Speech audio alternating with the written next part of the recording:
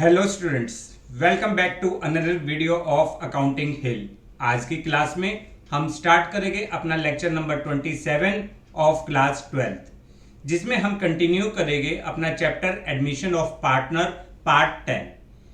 पिछले 9 पार्ट्स में हमने बहुत सारे टॉपिक्स करे, जैसे new profit sharing ratio, treatment of goodwill, उसके बाद हमने हिडन गुडविल का कंसेप्ट सीखा, revaluation of assets and liabilities सीखा, फिर हमने सीखा था treatment of accumulated profits and loss, और लास्ट क्लास में हमने स्टार्ट किया था treatment of workman compensation reserve. आज की क्लास में हम स्टार्ट करेंगे accounting treatment of investment fluctuation reserve. आपके जो छोटे छोटे टॉपिक्स है उसमें ये लास्ट टॉपिक है और बहुत इंपॉर्टेंट टॉपिक है। एग्जाम्स में ये अक्सर 8 मार्क्स के क्वेश्चन या शॉर्ट क्वेश्चंस में आ सकता है। ये आपके सभी topic change in profit sharing ratio, retirement of partner, death of partner और एडमिशन ऑफ पार्टनर, सब में सेम ट्रीटमेंट होता है। इसलिए आप आज की क्लास को बहुत ध्यान से समझिएगा, क्योंकि बहुत इंपॉर्टेंट क्लास है, और अपना नोट्स रजिस्टर जरूर लेकर बैठिए। देखिए, आप अगर बिना नोट्स रजिस्टर के आप अपना बैठते हो, क्लास देखते हो, तो इतना बेनिफिट नहीं होगा जब तक आप सारे पॉइंट्स को नोट डाउन नहीं करोगे। क्लियर?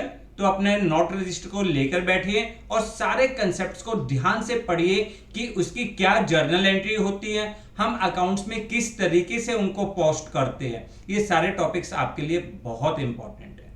क्लियर? चलिए स्टार्ट करते हैं आज का टॉपिक, इन्वेस्टमेंट फ्लक्चुएशन रिजर्व। क्या होता है इन्वेस्टमेंट फ्लक्चुएशन रिजर्व? बेसिकली अगर हम इसकी पहले डेफिनेशन की बात करें तो investment fluctuation reserve is a reserve which is created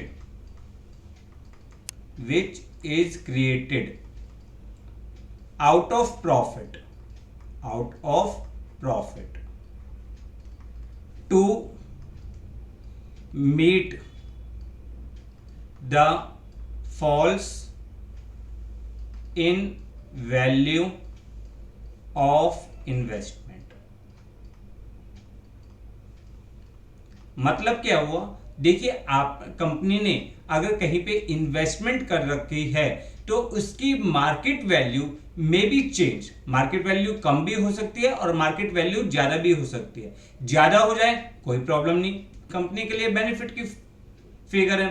but अगर इन्वेस्टमेंट की मार्केट वैल्यू कम हो तो उससे क्या होता है, कंपनी को लॉस होने के चांस होते हैं, और उस लॉस को कवर अप करने के लिए कंपनी पार्टनर्स पहले से ही डिसाइड कर लेते हैं कि अपने प्रॉफिट में से एक रिजर्व क्रिएट करते हैं, जिसे हम कहते हैं इन्वेस्टमेंट फ्लक्चुएशन रिजर्व। अब ये बिल्कुल सेम उसी तरह का टॉपिक है जैसे आपने वर्कमैन कंपनसेशन रिजर्व समझा था।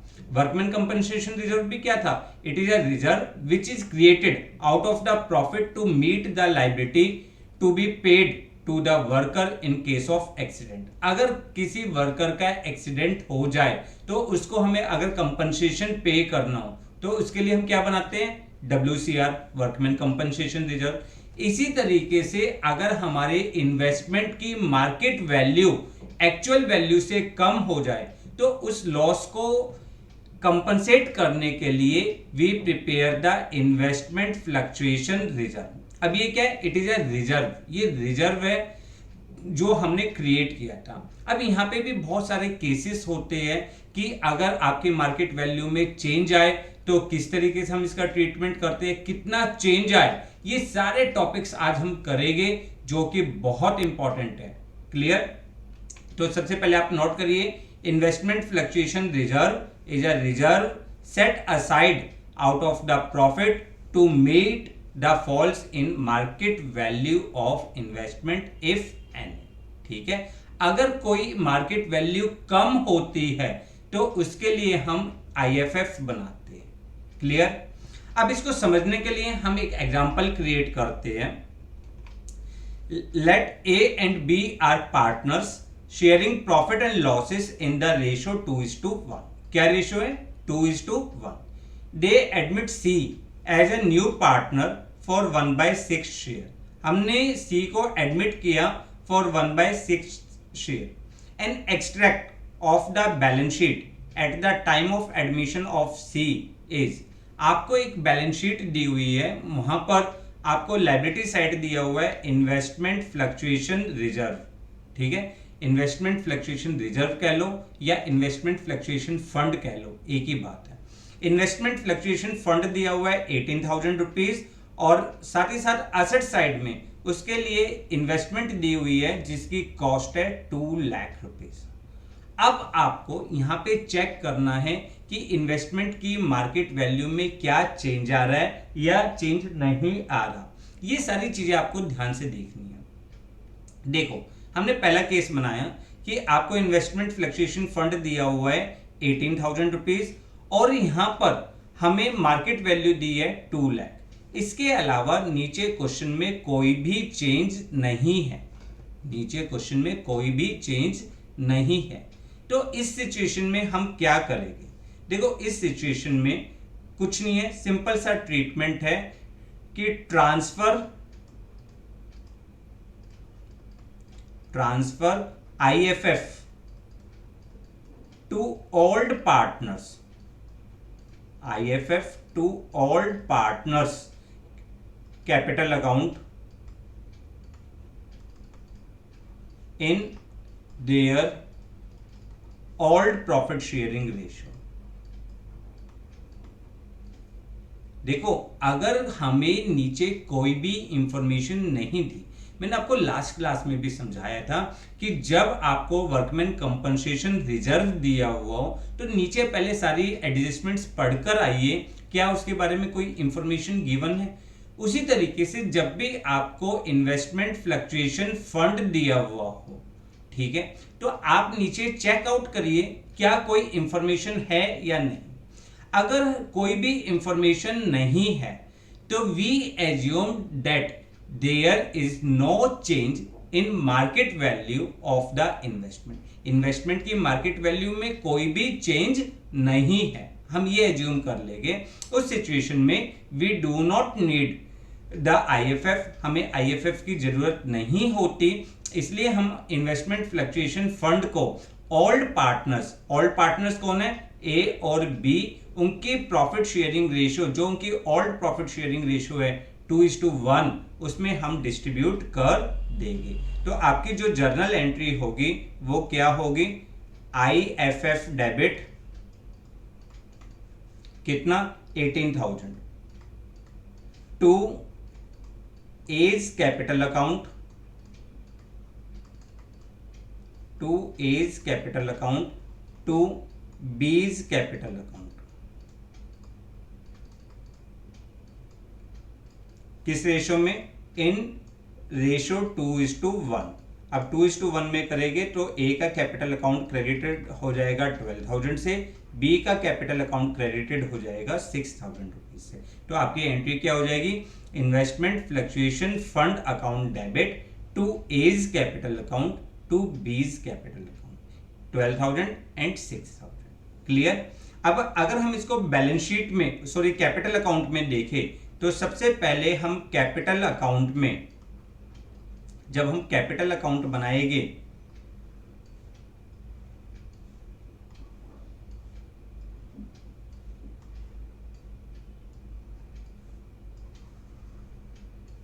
A, B और C, यहां पे हम IFF क्रेडिट साइड ट्रांसफर कर देंगे। A में 12,000 और B में 6,000, ठीक है। और जो आपकी नई बैलेंस शीट बनेगी, अब उसमें IFF तो नहीं आएगा और इन्वेस्टमेंट की वैल्यू आपकी हो जाएगी 2 लाख रुपीज। हम ये एज्यूम करेंगे कि हमारी इन्वेस्टमेंट की वैल्यू में कोई भी चेंज नहीं है। क्लियर? तो आपका फर्स्ट पॉइंट कि if there is no information तो we assume that there is no change in profit और no change in market value of investment. इसलिए हम IFF को ओल्ड पार्टनर्स के कैपिटल अकाउंट में ओल्ड प्रॉफिट शेयरिंग रेशियो में distribute कर देंगे। कैपिटल अकाउंट में क्रेडिट साइड और बैलेंस शीट में इन्वेस्टमेंट की वैल्यू 2 लाख आ जाएगी और IFF खत्म हो जाएगा। क्लियर। तो देखो आपको यहाँ पे क्वेश्चंस को जर्नल एंट्रीज में भी समझना है, आपको उसका ट्रीटमेंट भी ध्यान होना चाहिए, और साथ ही साथ आप उसको अकाउंटिंग में कैसे पोस्टिंग करोगे डायरेक्ट, ये भी आपको मालूम होना चाहिए। क्लियर। चलिए सेकंड केस में क्या गया, if the market value of investment is 2 lakh rupees, जबकि कॉस्ट कितनी थी 2 लाख, इसका मतलब no change in market value of investment की मार्केट वैल्यू में कोई भी चेंज नहीं है, तो सेम एज, इसका ट्रीटमेंट क्या होगा, same as in case number 1। जैसे हमने अभी सीखा, क्योंकि मैंने कहा जब कोई इंफॉर्मेशन नहीं गिवन होती तो हम एज्यूम कर लेते हैं कि यहाँ पे मार्केट वैल्यू में कोई भी चेंज नहीं है, और यहाँ पे तो उसने बताया ही है कि मार्केट वैल्यू कितनी है 2 लाख, यानी कोई चेंज ही नहीं है। तो आईएफएफ को आप ऑल पार्टनर्स के ऑल प्रॉफिट शेयरिंग रेशियो में डिस्ट्रीब्यूट कर दोगे। Clear, confirm. नेक्स्ट केस, अब नेक्स्ट केस में क्या है, आईएफएफ वही 18,000, इन्वेस्टमेंट आपकी 2 lakh, but market value of investment is 1,91,000।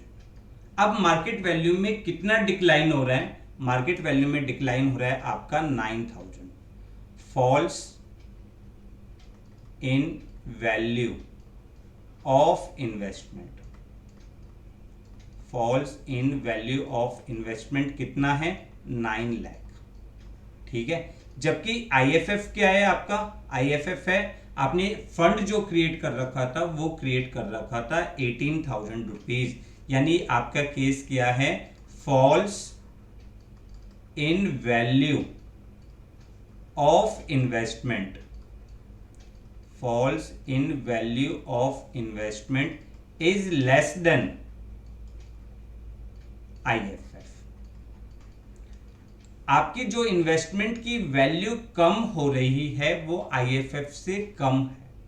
ठीक है, आपको कितने का लॉस हुआ 9,000 का, क्योंकि वैल्यू कितनी कम हुई 9,000, बट ऑलरेडी प्रोविजन कितना क्रिएट कर रखा है आपने, रिजर्व कितना क्रिएट कर रखा है 18,000 रुपीज। तो इस तरह के सिचुएशन में हम क्या करेंगे, transfer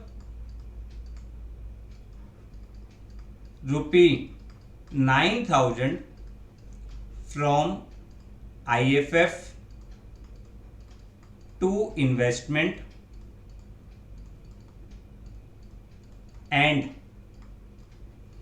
balance is distributed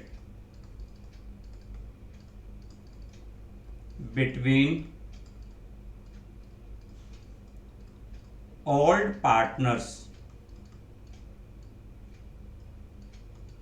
capital account in all profit sharing ratio.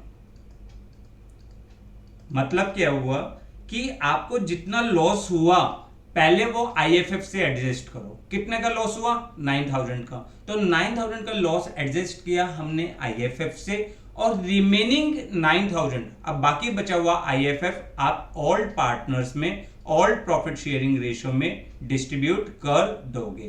तो आपकी एंट्री क्या होगी, आईएफएफ डेबिट कितना 18,000 टू इन्वेस्टमेंट, आपकी इन्वेस्टमेंट की वैल्यू कम हो रही है, तो जितनी वैल्यू कम हो रही है वो आईएफएफ से एडजस्ट कर सकते हैं हम 9,000। अब बचा कितना 9,000, वो हम ए और बी में डिस्ट्रीब्यूट कर देंगे 9,000 रुपीज इन 2:1, जो उनकी ऑल प्रॉफिट शेयरिंग रेशियो थी, यानी 6,000 और 3,000। Clear, 6,000 and 3,000 rupees. तो आपके लिए एंट्री क्या होगी, अगर अब आप कैपिटल अकाउंट बनाते हो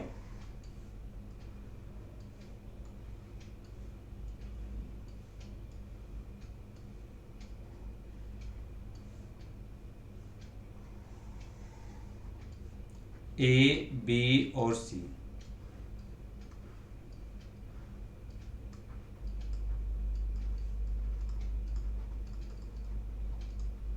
आप यहां पे लिख दोगे आईएफएफ कितना आया है? ए के पास 6000, बी के पास 3000, और जो नई बैलेंस शीट आपकी बनेगी, न्यू बैलेंस शीट आपकी बनेगी, वहां पे आप इन्वेस्टमेंट की वैल्यू कम कर दोगे। इन्वेस्टमेंट की वैल्यू अब कितनी हो जाएगी? 1,91,000। ध्यान से समझिए इस केस को। जब आपके इन्वेस्टमेंट की वैल्यू कम हो रही हो, जब आपके इन्वेस्टमेंट की वैल्यू कम हो रही है, अब आईएफएफ क्यों बनाया हमने? ताकि जब वैल्यू कम होती है तो उससे होने वाले लॉस को कंपनसेट कर सके। अब हमारी वैल्यू कितनी कम हुई? 9000। आईएफएफ कितना था? 18000। तो हमने 9000 के लॉस को एडजस्ट किया आईएफएफ से, और बाकी अब जो रिमेनिंग आईएफएफ है हम उसको ऑल प्रॉफिट शेयरिंग रेशियो में डिस्ट्रीब्यूट कर देंगे। तो आपकी एंट्री क्या होगी? Investment fluctuation fund debit 18000 to investment, जो आपकी वैल्यू कम हो रही है। कितनी वैल्यू कम हो रही है? 9000 rupees, and to a and to b, और जो बचा हुआ 18 और 9000 रुपीज है हम उसको ऑल प्रॉफिट शेयरिंग रेशियो में डिस्ट्रीब्यूट कर देंगे। क्लियर? तो कैपिटल अकाउंट में क्रेडिट साइड जितना ए को मिला और बी को मिला, और इन्वेस्टमेंट की वैल्यू 1,91,000। आईएफएफ नहीं आएगा बैलेंस शीट में। क्लियर? क्योंकि वो अब उसको हम एडजस्ट कर चुके हैं। Clear? Next case, market value of investment.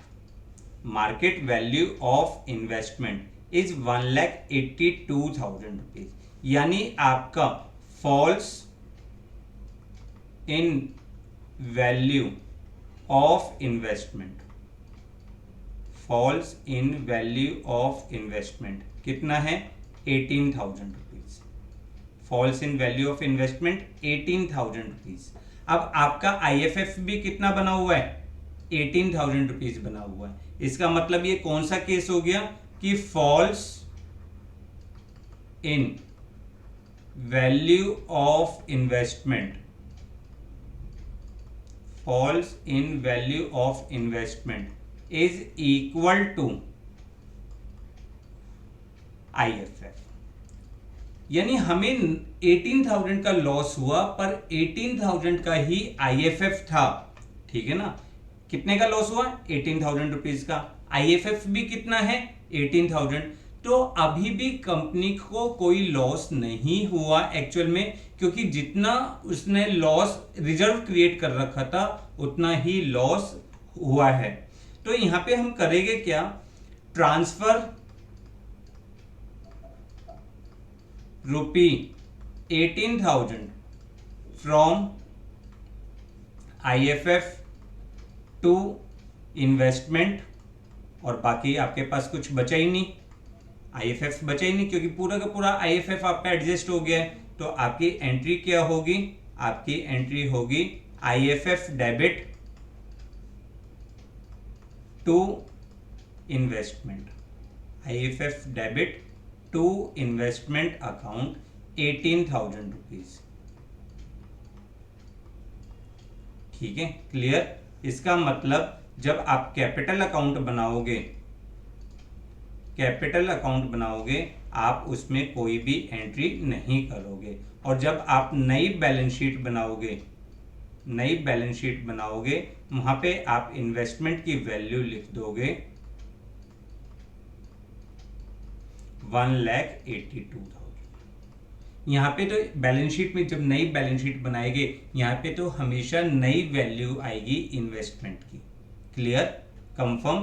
तो आपने क्या केस पढ़ा कि अगर आपकी वैल्यू कम हो रही है इन्वेस्टमेंट की, पर वो फॉल्स इन वैल्यू जो है वो इक्वल टू आईएफएफ है, जितना हमने आईएफएफ बना रखा है उतना ही हमारी वैल्यू कम हो रही है, तो उस सिचुएशन में हम सारा का सारा लॉस एडजस्ट कर देंगे आईएफएफ से। तो आपकी एंट्री हो जाएगी आईएफएफ डेबिट टू इन्वेस्टमेंट 18,000, और नई बैलेंस शीट में आपका 1,82,000 रुपीज आ जाएगा। क्लियर? अब next point, point number 5। Point number 5 में क्या कहें? If market value of investment is 1,70,000 rupees, कितने से वैल्यू कम हो रही है? 30,000 रुपीज से। कितने से वैल्यू कम हो रही है? 30,000 रुपीज से। ठीक है ना, false in value of investment 30,000, but IFF है कितना आपका 18,000। आपने लॉस जो एक्सपेक्ट मतलब रिजर्व जो बनाया था वो 18,000 का था, बट आपको एक्चुअल में लॉस हुआ 30,000 रुपीज का। तो अब क्या करेंगे, 18,000 का लॉस तो हम आईएफएफ से एडजस्ट कर देंगे, अब बचा कितना 12,000 रुपीज, वो हम रिवैल्यूएशन अकाउंट में डेबिट कर देंगे। क्लियर। तो हमारा ट्रीटमेंट यहां पे पहले केस लिख लीजिए, false in value of investment, false in value of investment is more than IFF. ठीक है, क्लियर। अब इसके लिए ट्रीटमेंट क्या होगा, देखो टोटल लॉस कितना है, total falls in value of investment, this is equal to 30,000 rupees. उसमें से हम एडजस्ट कर देंगे, adjust loss of 18,000 rupees from IFF से एडजस्ट कर देंगे, और remaining loss is debited to revaluation account. Remaining loss को हम रिवैल्यूएशन अकाउंट में डेबिट कर देंगे। क्लियर, कंफर्म, समझ में आया। क्योंकि देखो यहां कंपनी को लॉस हुआ टोटल 30,000 का, बट 18,000 का रिजर्व उन्होंने ऑलरेडी क्रिएट कर रखा था, इसलिए अब कंपनी का जो एक्चुअल लॉस हुआ वो हुआ 12,000 रुपीज, और उसको हमने रिवैल्यूएशन अकाउंट में डेबिट कर दिया। तो आपकी एंट्री क्या होगी, आपकी एंट्री होगी इन्वेस्टमेंट फ्लक्चुएशन फंड डेबिट, कितना 18,000। अभी भी कंपनी को लॉस चल रहा है, तो उस लॉस को हम रिवैल्यूएशन अकाउंट से डेबिट कर देंगे। रिवैल्यूएशन अकाउंट डेबिट कितना 12,000 रुपीज टू इन्वेस्टमेंट 30,000 रुपीज। अब इस लॉस को हम ए और बी में डेबिट कर देंगे, A debit B debit to revaluation, जो रिवैल्यूएशन का लॉस है 12,000 को हमने 2:1 में किया 8,000 एंड 4,000। अब इसका मतलब क्या हुआ, जब हम रिवैल्यूएशन अकाउंट बनाएंगे, जब हम रिवैल्यूएशन अकाउंट बनाएंगे, यहां पे हम इन्वेस्टमेंट के कारण होने वाला लॉस डेबिट कर देंगे, इन्वेस्टमेंट 12,000 रुपीज, और उस लॉस को बांटेंगे पार्टनर्स में, कैपिटल अकाउंट में लॉस आ जाएगा, और जो आपकी नई बैलेंस शीट आएगी, न्यू बैलेंस शीट, वहां पे आपकी इन्वेस्टमेंट की वैल्यू जो आएगी वो आ जाएगी 1,70,000। Clear, confirm. तो हमारा ये क्या पॉइंट था, जब आपकी मार्केट वैल्यू जो है वो कम हो रही है पर आईएफएफ से ज्यादा कम हो रही है, तो जितना लॉस हम एडजस्ट कर सकते हैं वो तो हम आईएफएफ से एडजस्ट करेंगे, बाकी हम रिवैल्यूएशन अकाउंट को डेबिट कर देंगे। Clear, confirm. Next point, last case है आपके लिए, if the market value of investment is 2,18,000। अब आपकी वैल्यू क्या हो रही है, इंक्रीज हो रही है, इंक्रीज इन मार्केट वैल्यू, आपकी मार्केट वैल्यू इंक्रीज हो रही है 18,000 रुपीज से। कितने से इंक्रीज हो रही है, 18,000 रुपीज से इंक्रीज हो रही है। तो इस सिचुएशन में कोई प्रॉब्लम ही नहीं है आपके लिए। देखो डबल प्रॉफिट की फिगर है, सबसे पहले आपको ध्यान से रखना है, increase in market value of investment, investment की मार्केट वैल्यू क्या हो रही है, इंक्रीज हो रही है। ठीक है, अब इंक्रीज हो रही है तो हमें आईएफएफ की कोई जरूरत नहीं है, transfer IFF to all partners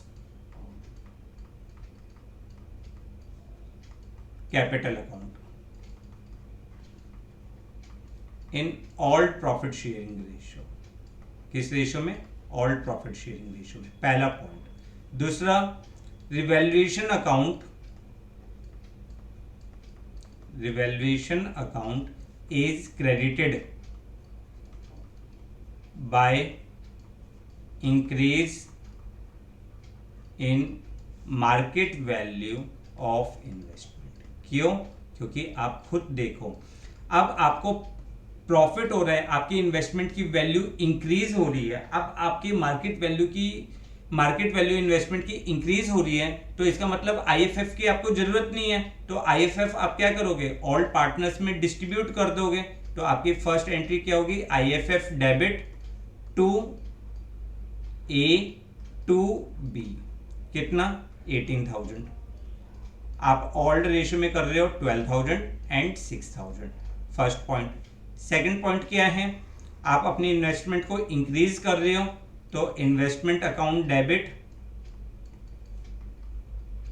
to A to b, sorry, investment account को इंक्रीज कर रहे हो तो आपकी एंट्री क्या हो जाएगी?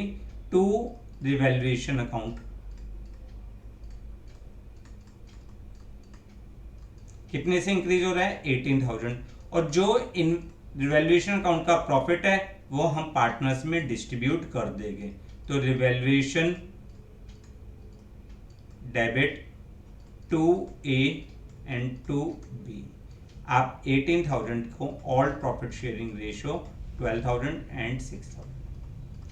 मतलब आपने यहाँ पे क्या किया?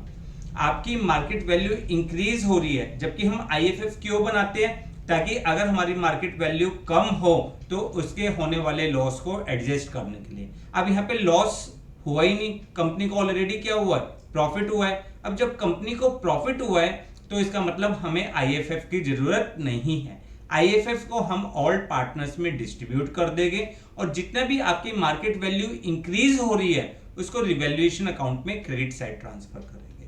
तो अब जब आप रिवैल्यूएशन अकाउंट बनाओगे, वहां पे आप क्रेडिट साइड लिख दोगे इन्वेस्टमेंट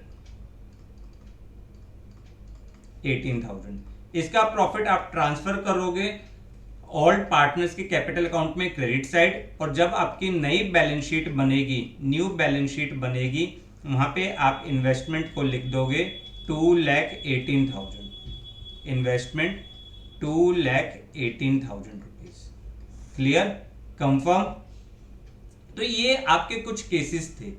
दोबारा से रिकॉल करते हैं। अगर हमें फर्स्ट केस बताया हो कि कोई भी इंफॉर्मेशन नहीं गिवन, तो आप अपने आईएफएफ को डिस्ट्रीब्यूट कर देते हो to all partners capital account. Clear? Second, अगर मार्केट वैल्यू में कोई चेंज नहीं होता तो भी हम अपने आईएफएफ को, इन्वेस्टमेंट फ्लक्चुएशन फंड को, ऑल पार्टनर्स के कैपिटल अकाउंट में credit side all profit sharing ratio में ट्रांसफर कर देते हैं और नई बैलेंस शीट में इन्वेस्टमेंट 2 लाख शो होती है। थर्ड केस हमने पढ़ा था जब मार्केट वैल्यू आपकी इन्वेस्टमेंट की 1,91,000 रुपीज हो जाए, यानी falls in value of investment is less than investment fluctuation fund.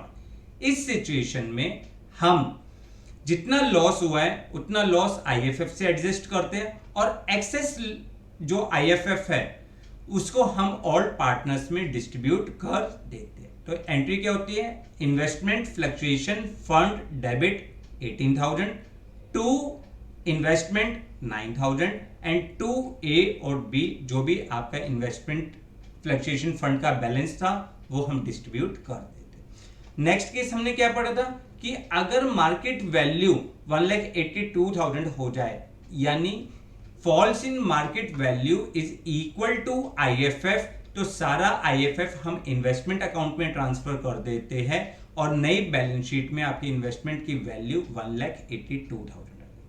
फिर केस था कि false in value of investment is more than IFF. आपके आईएफएफ से ज्यादा आपकी वैल्यू कम हो रही है, तो जितना हम लॉस एडजस्ट कर सकते हैं इन्वेस्टमेंट फ्लक्चुएशन फंड से, उतना तो हम इन्वेस्टमेंट फ्लक्चुएशन फंड से लॉस एडजस्ट करेंगे और बाकी लॉस हम रिवैल्यूएशन अकाउंट में डेबिट कर देंगे। तो आपकी एंट्री क्या होगी? Investment fluctuation fund debit 18,000, revaluation account debit 12,000 to investment 30,000। और ये जो 12,000 का लॉस था ऑल पार्टनर्स में ऑल प्रॉफिट शेयरिंग रेशियो में डिस्ट्रीब्यूट हो जाएगा। इन्वेस्टमेंट की नई वैल्यू आ जाएगी 1,70,000 रुपीज। नेक्स्ट पॉइंट क्या है?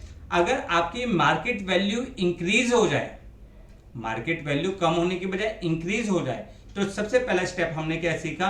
आईएफएफ को ऑल पार्टनर्स में डिस्ट्रीब्यूट कर दो और दूसरा रिवैल्यूएशन अकाउंट को क्रेडिट कर दो increase in market value of investment. तो आप पहले आईएफएफ को ट्रांसफर करोगे, IFF to A to B, फिर investment account debit to revaluation, revaluation account को क्रेडिट करोगे और रिवैल्यूएशन का प्रॉफिट हम ऑल पार्टनर्स में डिस्ट्रीब्यूट कर देंगे। क्लियर? कंफर्म? ये आपके थे कुछ इन्वेस्टमेंट फ्लक्चुएशन फंड के इंपॉर्टेंट केसेस जो आपको अच्छी तरीके से पढ़ने हैं। इसके बाद लास्ट टॉपिक आता है employ provident fund. Next point क्या है? Employ provident fund. अब कई बार बच्चे इसको रिजर्व मान लेते हैं और इसको भी डिस्ट्रीब्यूट कर देते हैं। ये इंपॉर्टेंट पॉइंट है, आपको हमेशा ध्यान रखना है कि अगर एम्प्लॉय प्रोविडेंट फंड दिया हुआ हो या ईएसआई पेबल कोई भी पॉइंट ऐसा लाइबिलिटीज में दिया हो, तो ये ऑल पार्टनर्स में डिस्ट्रीब्यूट नहीं होता, क्योंकि ये रिजर्व है ही नहीं। ये क्या है? वो लाइबिलिटी है जो फर्म को पे करनी है। फर्म किसको पे करेगी? एम्प्लॉइज को पे करेगी। तो एम्प्लॉय प्रोविडेंट फंड हमेशा न्यू बैलेंस शीट में शो होगा। अब अगर इसकी वैल्यू में कोई चेंज होता है तो हम उसको ट्रीटमेंट करते हैं रिवैल्यूएशन अकाउंट के थ्रू। इसका मतलब क्या है? जो आपका एम्प्लॉय प्रोविडेंट फंड है, it is treated as an external liabilities. ये एक्सटर्नल लाइबिलिटीज की तरह ट्रीट होता है। कोई भी वैल्यू कम या ज्यादा हो तो उससे होने वाला प्रॉफिट या लॉस रिवैल्यूएशन अकाउंट में डेबिट होगा और नई वैल्यू आपकी नई बैलेंस शीट में आ जाएगी। बट अगर कोई भी पॉइंट नहीं बताया तो नई बैलेंस शीट में एज इट इज आ जाएगा इन एम्प्लॉय प्रोविडेंट फंड। क्लियर? यहां पर आके आपके सारे कंसेप्ट खत्म। अब स्टार्ट क्या होगी? अब होगी प्रैक्टिस। सारे कंसेप्ट्स आपको बहुत अच्छी तरीके से मालूम होने चाहिए। अब हम नेक्स्ट कुछ क्लासेस में कुछ इंपॉर्टेंट क्वेश्चंस करेंगे जो आपको हेल्प करेंगे आपके कंसेप्ट को और ज्यादा स्ट्रॉन्ग करने के लिए। बट उससे पहले मेरी रिक्वेस्ट है कि आप लोग सारे पार्ट्स जितने भी हमने एडमिशन ऑफ पार्टनर के पार्ट्स पढ़े हैं वो सारे अच्छी तरीके से रिकॉल करिए। नेक्स्ट क्लास में लॉन्ग क्वेश्चन स्टार्ट करेंगे। जब तक के लिए टाटा बाय बाय। बट उससे पहले आप वीडियो को लाइक और शेयर करना ना भूलें। चैनल को सब्सक्राइब करें, बेल आइकन को प्रेस करें ताकि आने वाले सारे नोटिफिकेशन आपको मिलते रहे। Thanks a lot for watching the video.